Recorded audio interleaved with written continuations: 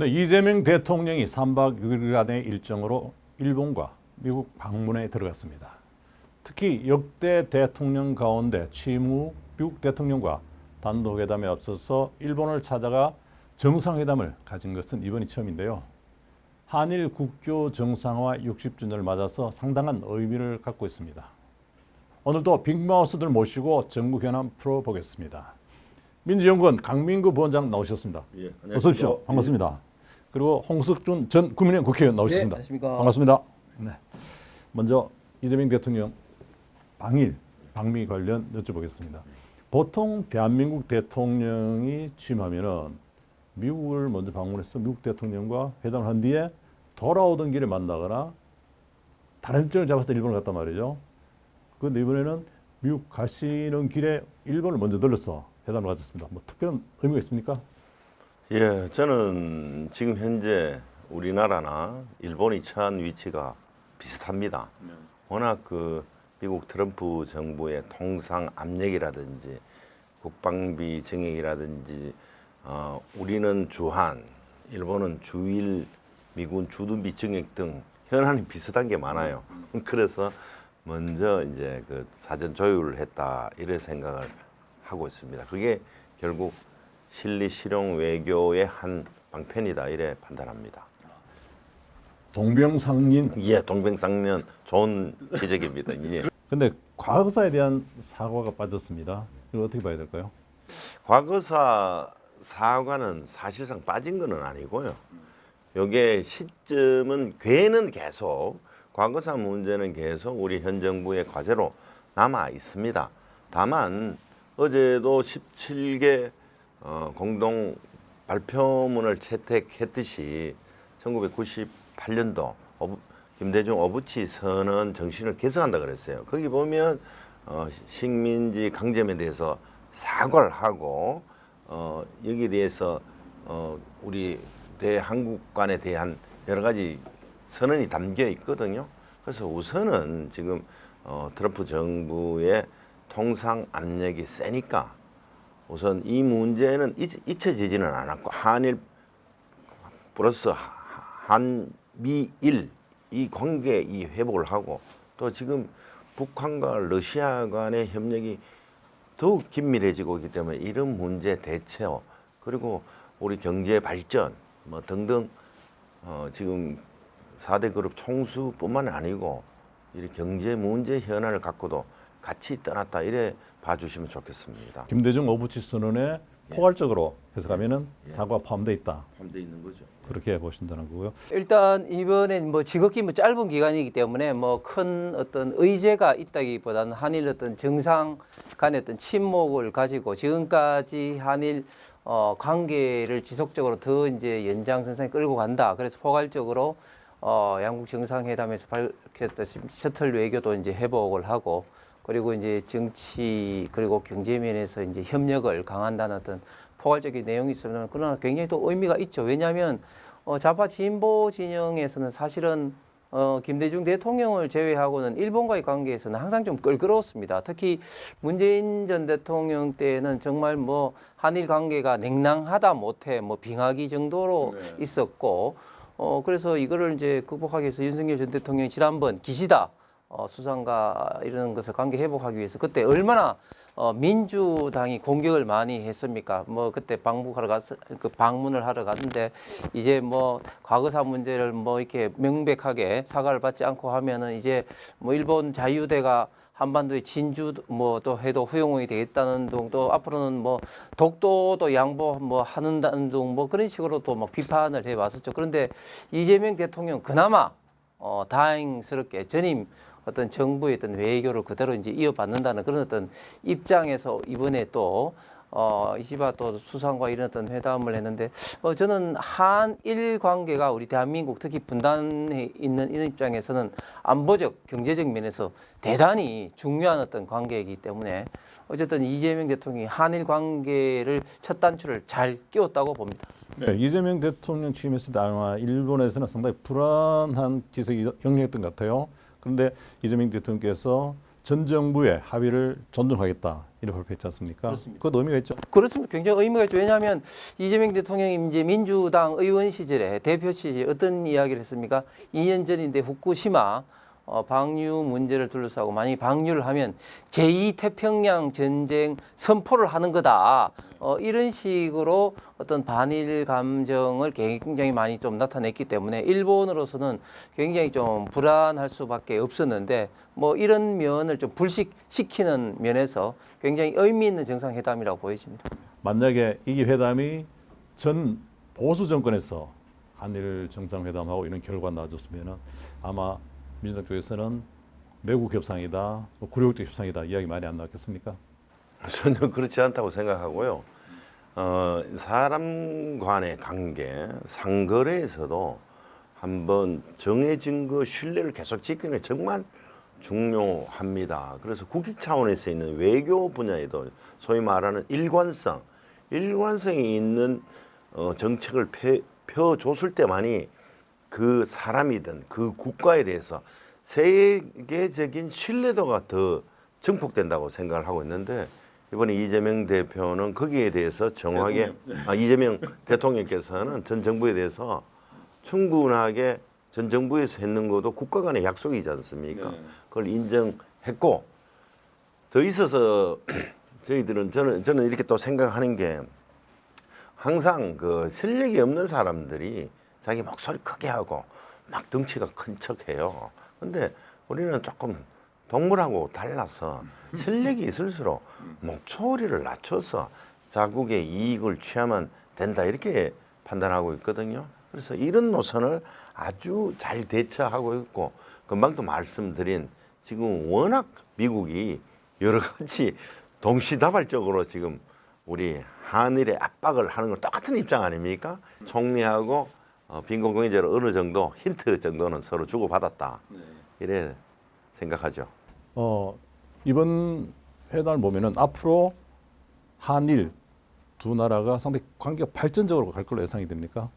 예, 한일 관계에 있어서는 이제 1965년 한일 국교 정상화 이후에 사실은 뭐 여러 가지 좀 우여곡절이 있었죠. 왜냐하면 뭐 한일 관계가 워낙 뭐 이렇게 가깝고도 먼 이웃이라는 그런 어떤 말이 있듯이 뭐 과거에 좀 아픔도 있었고 그럼에도 불구하고 군사, 정치, 특히 경제적인 면에서 또 뗄래야 뗄 수 없는 그런 어떤 관계 아니겠습니까? 그런데 이제 정권이 바뀔 때마다 특히 좌파 진보 진영에서는 어떤 역사 문제, 일본의 어떤 사과 문제 이런 것 때문에 항상 일본과의 어떤 관계가 굉장히 좀 갈등 내지는 좀 냉각기로 있었습니다. 그런데 지난번 이제 윤석열 전 대통령 때 굉장히 관계를 회복하는 가운데 이재명 정권이 어떻게 될까 사실은 좀 우려와 염려가 있었는데 이재명 대통령께서 전 정권의 어떤 외교 기조를 이제 이어받으면서 그 일본과는 어떤 그 앞마당을 같이 쓰는 관계다 이런 함축적인 어떤 표현 속에서 일본과는 이렇게 그 관계를 정상화하는 것이 우리 대한민국 국익에 절대적으로 중요하다는 이런 어떤 시각을 보여준 만큼 제가 볼 때는 일본 언론도 상당히 좀 안심을 한 것 같고 앞으로 한일 관계의 어떤 미래 발전적인 측면에서는 저는 굉장히 좀 진일보한 그런 정상회담이라고 생각합니다. 저는 이 회담을 보면서 국민의힘이 긴장을 해야 되겠구나. 이재명 대통령께서 말씀하셨던 게 중도 보수를 지향을 했잖아요, 민주당이. 이래 되면은 결국에는 지금 그야말로 4분 오열되어 있는 국민의힘은 더욱더 힘이 빠지고 민주당 중심으로 가지 않겠나 하는 그런 생각을 한번 해봤습니다. 국민의힘 타격이 없겠습니까? 이 외교 문제에 있어서는 저는 어떤 정쟁을 달리해야 된다고 봅니다. 물론 민주당은 과거 윤석열 정부 때 외교 순방 나갈 때마다 사사건건 물고 늘어졌었죠. 예를 들면 일본에 방문할 때마다 윤석열 전 대통령이 이제 그 일장기 인사를 하는 거 보고 알고 보니까 일장기와 태극기가 같이 있었지 않습니까? 그래서 이제 인사를 당연히 이제 일본의 어떤 관례대로 인사를 했는데 왜 일장기에 인사를 하느냐 그런 식으로 또 비판을 많이 했었습니다. 그래서 저는 외교 문제에 있어서는 어떤 여야가 있을 수 없다. 이거는 국익만 있을 뿐이다. 이런 어떤 생각이기 때문에 이재명 대통령이 외교 문제에서 잘해서 그걸로 인해서 지지율이 높아지고 민주당 어떤 지지율이 높아지면 그거는 뭐 국가를 위해서 좋은 것이죠. 거기에 대해서 국민의힘은 더 좀 자극을 받아서 좀 분발을 해야 된다고 봅니다. 저는 100% 우리 일본 정부에 대한 과거사 문제를 완전히 없던 걸로 하자 이런 차원이 저는 아닌 걸로 확실히 알고 있습니다. 우선 급한 거는 통상 문제, 외교 문제, 국방비 문제 이런 등등 현안에 너무 앞선 현안이 많습니다. 그러니까 이 앞선 발등에 떨어진 불부터 끄자는 이 외교 노선이지 그 과거사 이런 문제는 민주정부의 원래 계획을 같이 하고 있다고 판단하고 있습니다. 후순위로 좀 밀어넣은 거죠. 난제 시험 학생이 시험 치다가 어려운 문제는 뒤로 밀어넣은 거로 이렇게 판단하는 게 더 맞다 이래 생각합니다. 지켜봐야 될 것 같고요. 그리고 지금 이재명 대통령께서 일본 방문 마치고 미국으로 가시는데 사실 기대 반 걱정 반입니다. 어떻게 전망하십니까? 정말 걱정이 많습니다. 예전 미국 하면 세계의 경찰을 자임하고 그리고 많은 후진국한테 원조도 해주고 물론 동서냉전 시대에 자기 편을 많이 끌어들이려는 그런 기전은 있었으나 그래도 아주 윤리적으로 청교도적인 정신으로 많은 일을 해왔습니다. 하지만 현재 미국이 계속 변해오고 있으면서 특히 이 트럼프 정부에 와서는 우선 자국주의를 하다 보니까 이게 정말 많이 달라졌어요. 얼마 전에도 그 EU 정상들, 그 프랑스 대통령 등을 놓고 자기는 18일이었죠. 백악관 대통령 의자에 앉아 있고 나머지는 쭉 앞에 배석해가지고 학생들같이. 선생이 학생들한테 훈계하듯이 이렇게 하는 모습을 또 보도를 했단 말이에요. 나는 이거를 보면서 정말 무리하고 결례가 없다 이렇게 판단을 하지만 그거를 의도하고 이렇게 보여주고 있잖아요. 우리 미국 앞에 소위 말하면 무릎을 쪼아려라 이렇게 메시지를 내고 있다고 봅니다. 집권 초반기에 큰 숙제고 잘 풀어낼 거로 저는 뭐 확신합니다. 네, 이번에 사실상 정상 외교 대비를 잘 하셔야 될 것 같은데 걱정이 큽니다. 그리고 이번에 미국 방문이 국빈 방문이 아니고 비즈니스 방문이란 말이죠. 좀 아쉬운 점이 없습니까? 굉장히 많이 아쉽죠. 첫 번째 미국 방문인데 이런 어떤 첫 번째 방문에서 이제 국빈 방문이 아니라 이제 실무 방문으로 된다는 것은 물론 뭐 그 내용이 가장 중요하겠습니다만 그러나 또 외교 관계에 있어서는 또 형식 특히 어떤 국가 원수 대 국가 원수의 관계에는 정말 의전 형식이 절대적으로 중요한데 그런 면에서 대한민국 국가 원수로서 있던 대접을 이밖에 못한다 이런 것은 굉장히 좀 문제가 좀 있을 수밖에 없고 근데 지금 내용면으로 들어봐서도 지금 굉장히 지금 우려가 큽니다. 왜냐하면 이번에 크게 보면 이제 관세 협상을 마무리하는 것이고 그 다음에 이제 방위비 정액 뭐 등등 외교 안보면인데 외교 안보면을 떠나 가지고 관세 협상이 지난번에 사실상 마무리가 됐다고 그 이재명 정권에서 이야기를 했지만 뭐 제가 지난번 이 시간에도 간단하게 이야기를 했습니다만은 지금 미국하고 우리 대한민국하고 이야기가 다른 면이 굉장히 많이 있습니다. 굉장히 다른 면이 어떤 면이 있습니까? 일단은 3,500불 펀드 투자로 인한 이 그들 두고 90% 이상이 이제 대투자라고 이해를 하면 된다고 우리 정부는 이야기했는데 미국 정부는 백악관의 캐롤라인 대변인이나 이런 사람들은 이 돈을 가지고 뭐 미국 뭐 부채를 갚는다는 그런 식으로 이야기를 하고 있습니다. 또 농작물의 개방에 있어서도 완전히 지금 이야기가 다르고 있습니다. 김용범 그 대통령실의 정책실장은 어떤 이야기를 했습니까?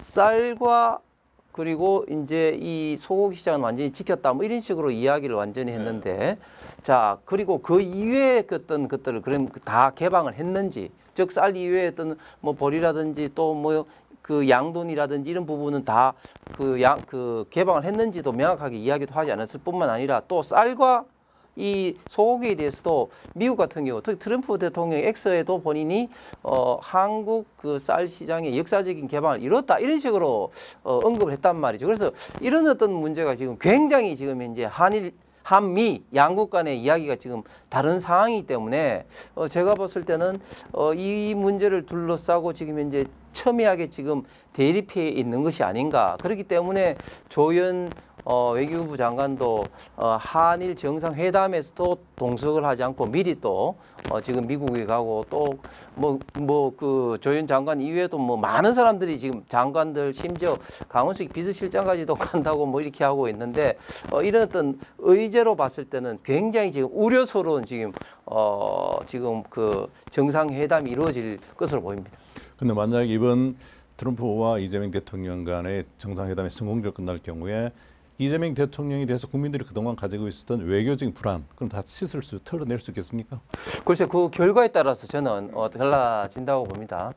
정말 우리 대한민국의 경제 국익 면에서 정말 우리가 만족할 만한 그런 게 있다면 이재명 대통령이 진짜 실용외교 했는데 그런 어떤 능력이 되는구나 이런 어떤 평가를 받을 수 있겠지만 그렇지 못하다 하면은 역시 말뿐이었구나, 역시 무능한 정권이구나. 그리고 이재명 정권에 대해서 미국이 지금까지 보여준 기본적인 시각, 즉 좌파 친중 정권이라는 이런 어떤 시각을 미국이 여전히 갖고 있구나 이런 어떤 평가를 할 수밖에 없다. 그래서 이번 회담 결과는 정말 중요하다고 보여집니다. 어떻게 예상하십니까? 저는 지난 정부가 너무 그 외교를 즉흥적으로 했다 이렇게 판단합니다. 지금 그 친중 정권이라고 하는데 그렇지 않고요. 사실 지난 정권에서 너무 친일, 친미를 강조하다 보니까 우리 가장 옆에 있는 가장 교역력이 많은 중국을 좀 소홀히 해서 반대로 손해났다 이렇게 생각합니다. 그래서 계속 이재명 대통령 후보 당시부터 추락한 이 외교력을 복원하겠다고 주창해 왔습니다. 이번 한미 회담도 크게 네 가지잖아요. 한미 연합 태세를 강화하고 동맹을 강화하는 첫 번째 측면, 두 번째 한반도 평화 구축, 비핵화, 공조, 세 번째가 이제 최근에 압박이 심한 반도체, 배터리, 조선 등 이 통상 압력을 어떻게 우리가 잘 해쳐갈 것인가. 마지막이 이 외부분, 이 방금 말했는 반도체, 배터리, 조선 말고도 우리 4대 그룹 총수까지 모시고 가는 이유는 나머지 경제 협력을 더 강화해서 우리나라 이익이 되도록 하는 방향을 찾아보겠다는 것이지 않습니까? 그래서 저는 이 준비된 대통령, 외교력 복원을 주창해온 대통령이라서 이 문제에 진짜 소위 말하는 공부를 많이 했어요. 숙제를 많이 해가 갔기 때문에 믿는데 워낙 돌출적인 또 미국 대통령이 계셔서 걱정은 됩니다만은 잘 해결을 할 겁니다. 네, 숙제를 많이 푸신 이재명 대통령께서 좋은 결과 가지고 오시길 바라겠습니다. 이번에는 국민의힘 전당대회 소식 알아보도록 하겠습니다. 국민의힘 전당대회 예상대로 탄핵 반대파죠. 반탄파 김문수 장동희 후보가 결선을 올랐는데 예상 그때 하셨죠? 예. 그럴 수밖에 없는 게 저는 두 가지로 봅니다. 일단 첫 번째는 탄핵 국면에서 자연스럽게 탄핵에 대한 어떤 여러 가지 어떤 반대 여론들이 국민의힘 지지자와 특히 당원들 사이에 뭐 있었기 때문에 이런 어떤 입장에 선 후보들이 이제 유리할 수밖에 없는 것이고, 또 두 번째는 지금 민주당과 이재명 정권이 3대 특검을 앞세워서 국민의힘을 뭐 내란 정당이다 이런 어떤 프레임으로 정당 해산을 해야 된다 이렇게 강공 모드로 지금 있지 않습니까? 그래서 이런 것들이 결국은 어떤 당내의 어떤 반발에 따른 이런 어떤 민주당과 이재명 정권과 강하게 좀 싸워야 된다 이런 어떤 입장을 취한 분들이 상대적으로 유리한 어떤 구도에 있을 수밖에 없는 것이죠. 그래서 김문수, 장동혁 후보가 올라갔는데 처음에 이 전당대회가 시작할 때만 하더라도 사실은 김문수 후보가 전 대통령 후보였고 그리고 저기는 졌지만 41% 이상의 득표를 얻으신 그런 어떤 영향이 있기 때문에 아주 쉽게 끝나지 않겠느냐. 1차에서 과반 이상을 얻어서 1차에서 이기지 않겠느냐. 그렇게 예상을 이제 하면서 시작을 했는데 이제 전대를 거치면서 장동혁 후보가 굉장히 좀 상승을 좀 했고 이런 가운데 이제 1차에 과반이 없어서 26일 이제 결선 투표까지 가게 됐습니다. 이제 결선 투표에 가서는 결국은 이제 떨어진 조경태 안철수 후보의 지지자들이 어디로 갈 거냐의 어떤 그런 어떤 문제. 그 다음에 또 강성 지지층을 중심으로 해서 만약에 안철수 조경태 후보가 갔을 때 오히려 또 반대적으로 반사적으로 또 이제 강성 지지층이 어떻게 움직일 거냐 이런 어떤 요인에 따라서 결국은 이제 당 대표가 결정되리라고 예상을 합니다. 방금 말씀하신 것처럼 탄핵 반대 후보들 두 사람이 결선 올라갔습니다. 어떻게 보십니까? 그 누구나 다 예상했던 일이고요. 저는 정말 국민의힘이 나락으로 떨어지고 있다 이렇게 판단하고 있습니다. 세계적인 현상이 조금 그 우측으로 좀 쏠림 현상, 극우 현상이 많이 있는데 국민의힘은 정말 이 계엄으로 인해서 대통령이 파면되는 소속됐던 그 정당이 아직까지도 그 세신의 목소리를 내고 있지 않음을 받아들이지 않는다는 건 참 불행한 일입니다. 예전에 그 같은 당이지만 박근혜 당대표 시절은 천막 당사로도 쳐서 우리는 이렇게 마음과 모습으로 다 변하고 있는 모습을 국민께 어필했는데 지금은 서로 찢고 볶는데 막 전력 이전투구를 하고 있습니다. 김문수 후보 같은 경우도 운동권 출신이지만 이분이 그 전향해서 한동훈 당에도 가 있다가 또 식민사관도 아주 일그러져 있다고 생각하고 있거든요. 그래도 이분은 또 그래도 당대표가 되면은 좀 반대파를 안겠다 하는 이런 소리를 하고 있고요. 장동영 후보는 계속 그 지금 국회의원 3년 차예요. 정치 인생 3년 차인데 지금 자기한테 듣기 싫은 소리 한다고 자기 당원들한테 손가락질을 하고 더욱 그 찬탄에 있는 사람은 당에서 다 몰아내겠다는 이런 사람 두 사람이 붙고 있거든요. 특히 장동영 후보 같으면 끊임없이 변하고 있잖아요. 변온동물 같아요. 계속 변화의 추위에 따라서 바람이 부으면 부는 대로 추위가 오면 오는 대로 계속 변화하는 사람이서 상당히 더 위험한 사람이다. 두 분 다 위험한데요. 그래도 김문수 후보는 3선이라도 하고 경기지사로도 재선까지 했으니까 그래도 좀 이분은 또 연세도 70대 중반쯤 되시니까 좀 다른 것 같기는 하지만 뭐 그게 우리 그 경상도 말로 뭐 또나 뭐 개나 뭐 거의 비슷한 것 같습니다. 네, 그 국민의힘이 탄핵의 강을 건너를 포기했다고 봐야 됩니까? 근데 저는 뭐 탄핵의 강은 사실은 중요한 게 아닌 것 같습니다. 왜냐하면 우리가 역사적으로 보더라도 박근혜 대통령이 탄핵되고 난 다음에 그때도 뭐 탄핵 강 운운했는데 결국은 탄핵을 이제 당한 이후에 당을 어떻게 개혁하고 쇄신하느냐 이런 어떤 모습이 중요한 것이지 탄핵이라는 어떤 구렁텅이에 우리 스스로 몰아넣을 필요는 없다고 생각합니다. 왜냐하면 이 이슈에 대해서는 너무나 당원들 사이에 지지자들 사이에 생각이 다르니까요. 그래서 진정으로 쇄신하는 어떤 그런 어떤 모습을 보여야 되는데 뭐 그런 측면들이 지금 우리 당에 아직까지 부족한 면이 사실 많이 많았었죠. 그런데 그런 것들은 이제 전당대회를 거치면서 당 대표가 되면 누가 되더라도 국민의힘의 어떤 뿌리부터 아마 개혁 혁신하는 어떤 그런 어떤 모습을 국민들에게 보이기 위해서 좀 노력을 할 겁니다. 특히 김문수 후보 같은 경우는 뭐 당의 어떤 경험도 있지만 특히 지난번 2004년도 공관위원장을 하면서 본인을 정치 입문시킨 최병렬 당시 당대표까지도 그 공천에서 이제 배제하는 그런 어떤 혁신 공천을 한 사례도 있고 해서 오히려 안정적으로 당을 운영하는 데는 김문수 후보가 좀 강점이 있을 것 같고 또 장동영 후보는 또 젊은 어떤 그런 것들이 그리고 또 좀 더 이제 선명성 경쟁에서 당원들에게 지금 많이 와닿는 것 같은데 뭐 그런 면들 중에서 누가 당을 잘 이끌어갈 것인지 결국은 이제 당원들이 이제 판단하리라고 이제 봅니다. 결국은 저는 이제 이 전당대회를 기점으로 해서 굉장히 국민의 힘이 좀 달라진 모습을 보이는 그런 중요한 계기가 되리라고 생각합니다. 안정이냐 혁신이냐 그럼 선택 기로라고 말씀하시는데 민주당 입장에서는 어느 분이 되는 게 더 좋습니까?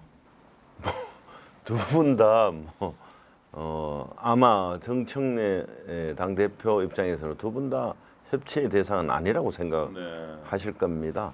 지금 국민의힘은 아주 큰 착각을 하고 있는 것이 박근혜 대통령 탄핵 때도 우리가 그냥 세월이 지나니까 고만고만하게 영남 지역 사람, 일부 사람, 우리를 지지하는 사람 계속 지지하더라.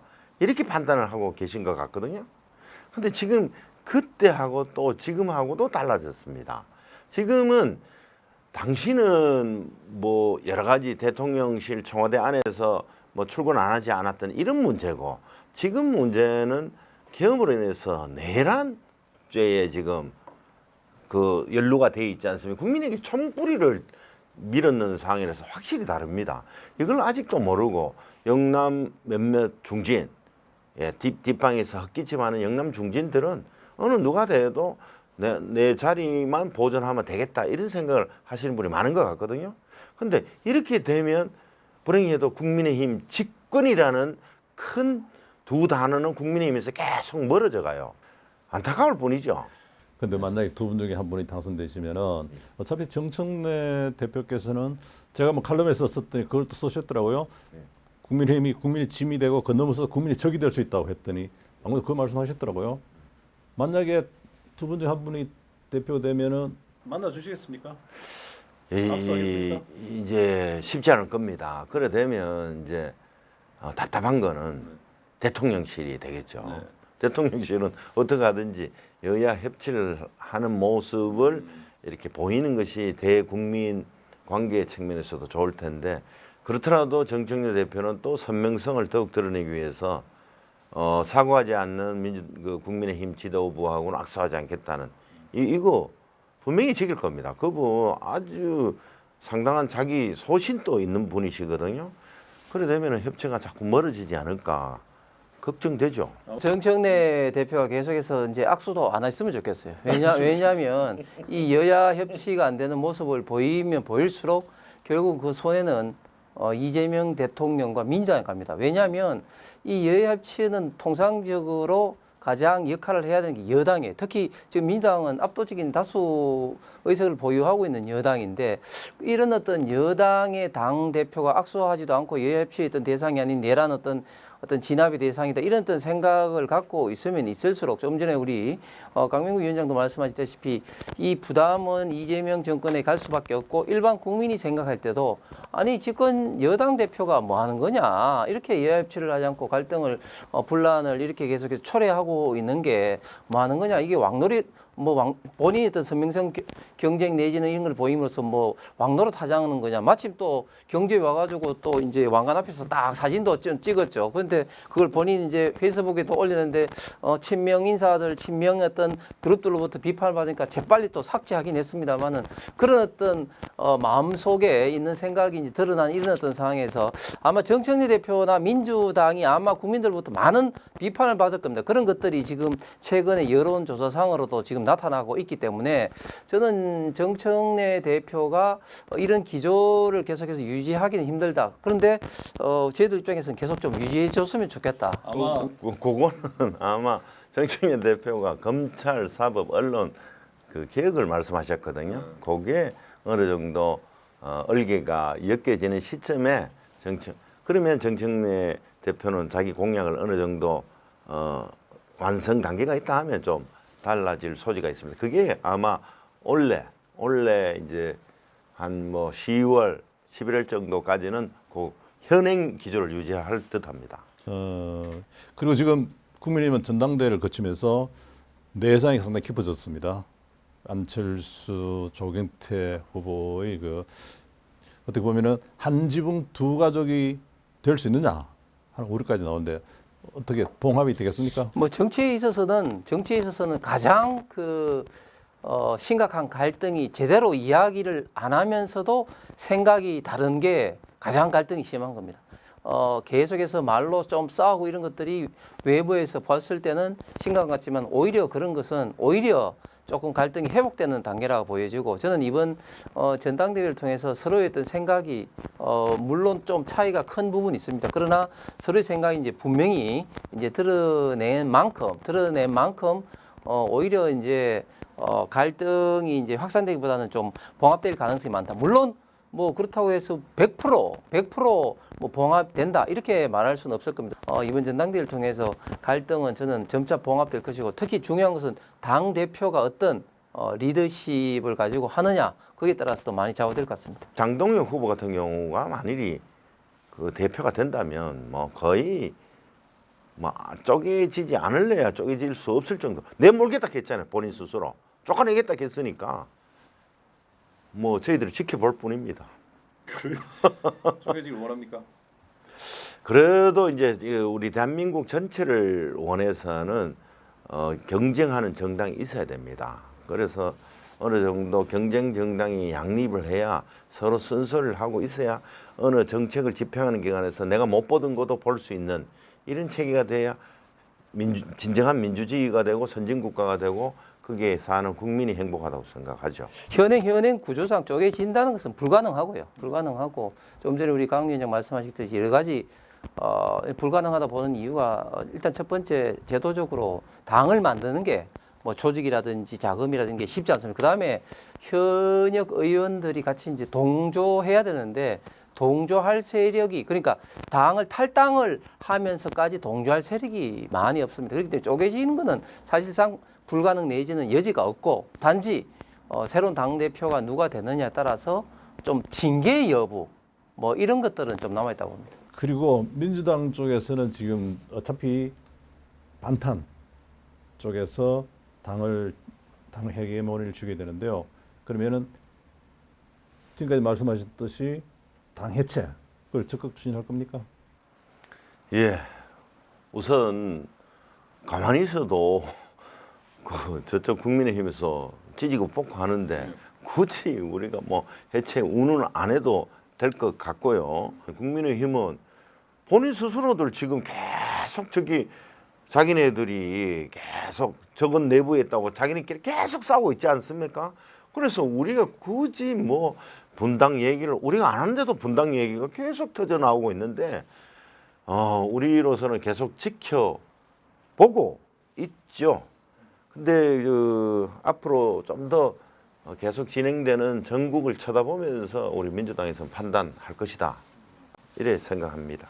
결국엔 좀 분당되기를 원하는 게 아니겠나 하는 그런 생각이 듭니다. 그리고 김문수 후보가 지난 주말에 안철수 의원을 만났단 말이죠. 전당대회 끝나고 난 뒤에 협조 관계가 이루어지겠습니까? 일단 뭐 실질적인 협조를 어디까지 할지는 모르겠지만 정치인이 그 경선 여부 발표 바로 직후에 식사를 한다는 것은 심정적으로 거의 뭐 생각을 같이 한다 내지는 돕겠다 내지는 최소한 호의를 갖고 있다 뭐 이런 어떤 표현 아니겠습니까? 그렇기 때문에 아마 안철수 의원 지지하신 분들은 김문수 후보 지지 쪽으로 갈 가능성이 저는 많다고 봅니다. 물론 이제 또 그중에 상당수는 또 투표를 하지 않은 분도 있으시겠죠. 그래서 제가 좀 전에 말씀드린 것처럼 이제 이런 식으로 하면은 김문수 후보가 유리해 보인 듯하지만 그러나 또 반대로 김문수 후보가 안철수 후보를 껴안는 것들이라든지 심지어 다음 한동훈이냐 전환기냐 공천을 누가 줄 거냐 이렇게 하니까 또 한동훈을 또 이야기했단 말이죠. 그렇게 되면 한동훈 후보 지지자들 일부는 또 김문수 후보에게 호의를 갖고 있을지 모르겠지만 또 반대로 강성기층을 중심으로 해서는 또 장동혁 후보에 또 이제 쏠릴 가능성도 있기 때문에 이쪽에 어떤 움직이는 어떤 힘이 어디가 더 세느냐에 따라서 유불리가 드러날 것 같은데 어쨌든 이번에 결선 투표는 예상외로 아주 치열한 예측하기 힘든 싸움이 될 것 같습니다. 그러면 전한길과 김문수는 이제 완전히 갈라선 겁니까? 그렇다고는 볼 수가 없는 것 같고요. 왜냐하면 방금 앵커에서 말씀하신 그때 난 장동혁을 지지한다. 그런 이후에 또 전한길 강사가 이제 나는 장동혁 김문수를 지지한다. 이런 어떤 표현도 직접 또 당사 시위하는 현장에 와서 또 했습니다. 그런 어떤 상황인 것이고 그리고 김문수 후보가 아무래도 공천에 대해서 한동훈 후보를 이야기한 것은 예를 들면 지금 이제 보궐선거 가능한 지역이 인천의 이제 계양이라든지 또 충남 아산이라든지 또 양운석 후보가 이제 항소심까지 당선 무효를 받았으니까 뭐 경기도 안산이라든지 이런 지역입니다. 물론 이제 지방선거 출마에 따른 또 변수는 있겠죠. 그런 어떤 상황이기 때문에 그런 상황 있는 지역 같은 경우 우리가 필성 카드를 내야 되는데 그 필성 카드로 전한길 강사보다는 전한길 강사는 우리 지청에 좀 지지를 많이 받고 있지만 한동훈 후보는 좀 중도를 포용할 수 있는 입장이 이길 수 있는 후보를 내야 된다 그런 어떤 생각으로 한동훈 후보를 이야기한 것 같고 뭐 그런 거기 때문에 뭐 전한길 강사 뭐 돌아올 수 없는 강을 건넜다 뭐 이렇게 보기는 좀 뭐 어려울 것 같습니다. 이거는 통상적인 정당이 돌아가는 기제에서는 그렇습니다. 그런데 제가 봤을 때 국민의힘은 지금 정상적으로 돌아가지 않습니다. 이 메커니즘이 지금 정말 우리가 상상을 초월하는 메커니즘으로 돌아가고 있기 때문에 제가 저번에도 한번 말씀드렸지만 뒷방에 섞이지만은 영남 중진 의원도 덮고 여론도 또한 덮는다면 막판 대역전극으로 장동혁 후보가 급부상할 수도 있다. 그래서 국민의힘이 나중에 되면 쪼개질 수도 있다. 이런 생각마저 듭니다. 왜? 하도 정상적으로 움직이지 않기 때문입니다. 지금 정상적으로 움직이지 않는 당이라고 강조하시는데 어떻습니까? 아니 제가 말씀드렸잖아요. 제가 아까 동의할걸요? 아니 두 가지 요인에 따라서 이번에는 이제 결선 투표에 예측할 수 없는 그런 이런 말씀드렸고 그리고 제가 아까 다시 말씀드린 쪼개진다는 것은 지금 여지가 전혀 없습니다. 단지 어떤 사람이 당 대표가 되느냐에 따라서 뭐 징계에 있던 가능성은 있다. 예를 들면 어떤 조경태 후보의 그런 언행이라든지 이런 것 때문에 징계했던 가능성은 있지만 쪼개질 가능성은 지금 이제 제도적인 문제, 재정적인 문제 그리고 지금 동조하는 그런 어떤 의원들이 어떤 부재 뭐 등등으로 그런 가능성이 전혀 그 없다고. 쪼개진다 말은 장동혁 후보가 됐을 때 제가 말씀을 드린 거고 이 사람이 만일에 장동혁 후보가 대표가 되면 그림자처럼 볼 거 아닙니까? 사람이 있어도 뭐 못 본 척 계속 할 텐데 그렇게 되면 지금 마지막으로는 그런 사람이 도저히 그 당에 못 남아 있어요. 찬탄하신 분들이. 그러면 개혁신당 카드라든지 이런 다른 카드도 있다 이런 말씀을 드리는 거예요. 글로 갈 수도 있다 이 말이에요. 아니면 민주당으로 올 수도 있고. 네. 오늘 또 뜨거운 날씨만큼이나 뜨거운 토론이 됐습니다.